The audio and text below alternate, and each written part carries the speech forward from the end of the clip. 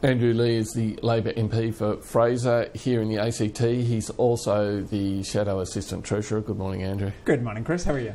Now, what answers do you want to hear from the government about what's been happening with people smugglers? Well, Chris, we really need to know whether or not Australians have been paying people smugglers. This goes to the very heart of the government's competence on asylum seeker policy and their willingness to be honest with the Australian people. What more important issues could there be in public policy than whether you're doing your job well and whether you're being honest about it? But the government said they want to stop the boats. They've been successful in doing it. They've said they'll do whatever it takes. What's the problem? Three-word slogans are no substitute, Chris, for public accountability. Australians have a right to clear and direct answers. After all, if payments are being made, then they're not the personal funds of Liberal ministers, they're Australian taxpayer resources. So taxpayers have a right to know how their monies are being spent. And if taxpayers are happy that they're stopping the boats, it is a big issue. What's the problem? Australians have a right to demand accountable government. That's not a Labor notion. It's fundamental to who we are as Australians, to our constitutional framework, that ministers front up and honestly say how taxpayer resources are being used. I'm deeply troubled, and as Richard Marles has outlined over the weekend, in the opaque nature of how the government has approached this really important area of public policy. We want to know that they're making the problem better, not worse. Is it a concern that when these reports emerge, both the Immigration Minister Peter Dutton and the Foreign Minister Julie Bishop denied them outright? Well, we've got a government that's at sixes and sevens with itself. That's been occurring quite frequently in this area. We've seen on the citizenship changes, unprecedented leak from Cabinet, clearly exposing the division and backbiting within the Abbott government. Well, on citizenship, you mentioned that. Will Labor have the courage to stand up in Parliament and oppose any legislation that is likely to fail before the High Court? Chris, we normally prefer to see legislation before we announce a position on it. I know that's an old-fashioned view, but when the government brings the legislation forward, we'll make a decision on that. You don't need to see the legislation, though, to answer that question. Will Labor oppose legislation that is likely to fail in the High Court?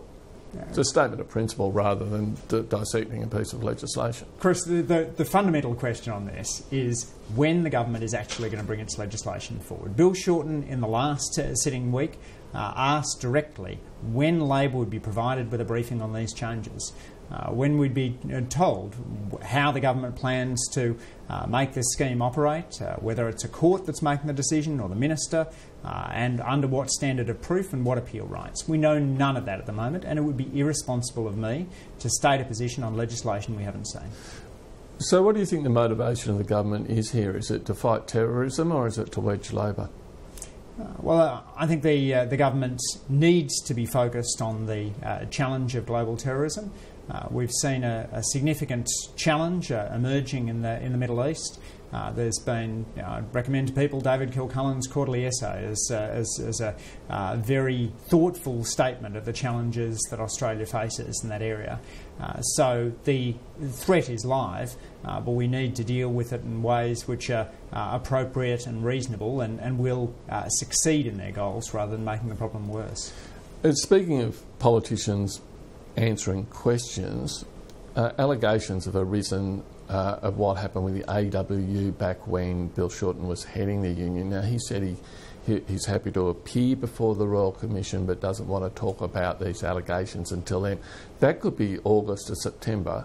Why doesn't he do what Julia Gillard did when she had allegations from her past, simply hold a press conference and say, OK, all questions, I'm happy to take them, because the government is going to hit the opposition leader with this in Parliament in this fortnight, isn't it?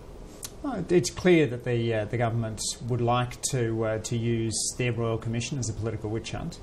That's been obvious from the outset. And Bill Shorten will calmly and confidently stand behind his record of arguing for better pay and conditions for Australian workers.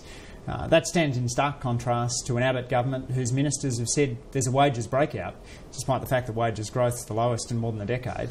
Okay, let's put wages growth to one side. You'll say he's happy to defend his role. Well, why not do it in, say, a press conference? He has been doing it in a press conference, Chris. I think I've read 3 transcripts of Bill Shorten's press conferences over recent days, in each of which he has been asked questions on these issues. And Bill has a proud record of advocating for workers. You just have to see him in a workplace. I've been with him in building sites and kitchens, talking to workers, engaging with their needs, and that's what he did during his time in the union movement.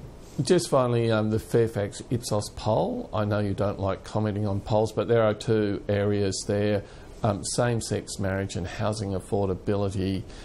You must be delighted the government appears to be on the wrong side of both of these issues. Well, let me do the pole dance for once, Chris. I think these are important results which do show once again that on the issue of same-sex marriage, that Australians are where the Irish, the British, the New Zealanders, the Americans are. Very much a feeling that this is a change whose time has come. I was chatting with a church minister last week who said that he supports same-sex marriage, not despite being a clergyman, but because of being a clergyman. When he asks himself the question, what would Jesus do? He feels very comfortable supporting same-sex marriage. Strong results like this, I think, reflect that many Australians of diverse faiths are now comfortable with the notion that same-sex couples shouldn't be excluded the right to wed. Okay, Andrew Leigh, thanks for your time today. Thank you, Chris.